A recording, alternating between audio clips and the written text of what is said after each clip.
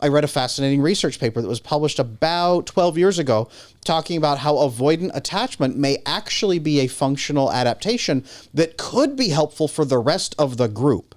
So let's say, take it back 20,000 years, hunter-gatherers, we're all wandering around with sticks and we're trying to hunt and gather and do various things.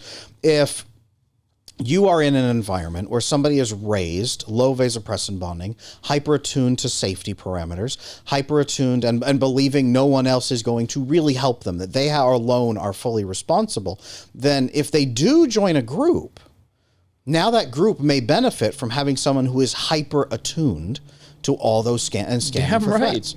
Look at every heroic epic. Look at every piece where, the true masculine self is revealed.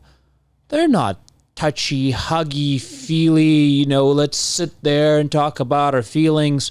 They're like the guy who smells the dragon from 25 miles off, and while everybody is celebrating, he's sitting there sharpening his weapons, being all doom and gloom, and everybody is like, "Why, Jorge, are you doing this?" And he's like, "Because the end is near." And then he goes and battles the dragon, saves everybody, and everybody is all kumbaya, and then 2 months later, they'll go back to the same nonsense. And why is Jorge so dumb? Well, now I don't disagree, but here's the challenge.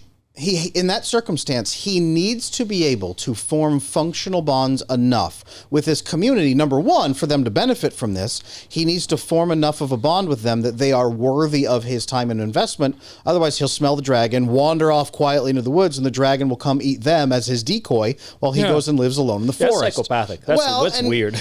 but even if they just don't form a bond with him at all, he can simply leave. But number two, if he fails to form authentic, real leadership with them where they trust him, where they don't just trust him as their horrifying taskmaster of you will go over there and do what I say, but if they desire to trust him, right? And we see this, for example, in the chimpanzee troops with their highest level leader. He needs to not only be the strongest and most dominant, but they're also the most likely to comfort another one. They're the most likely to stop a fight by settling it with the other chimps. They're the most likely to nurture somebody who's crying, but also charge into battle. So here's the biggest problem, man. Here's the biggest problem. You're not letting us do that. I mean, I would... Me, personally? No.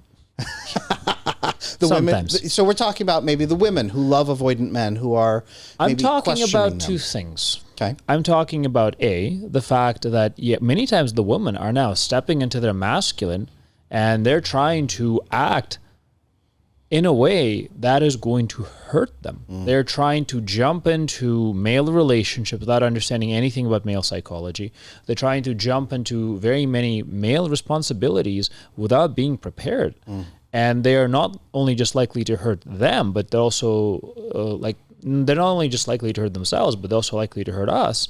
And they're not letting us step in and help. They're not letting us step in and teach. Even saying something like, "Oh, hey, can I help you with, I don't know, taxes?" "No, I got to do this myself." I was like, "And are you qualified?" And they go, "How can you ask me this? Because I'm a woman?" It's like, "No, it's because you've never done this before."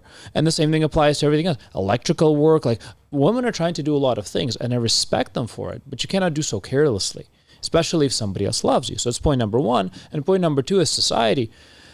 You're coming after us, guys. Society is coming after men taking responsibility. They're coming after us for taking leadership roles. They're coming after us for being protective. And then because you're coming after us, after that you're coming back and you're saying, "Oh, why aren't you trusting me enough?" It's like, because you're acting belligerent. Because you're not letting me help. You're not letting me fulfill myself. You're not letting me be my masculine self.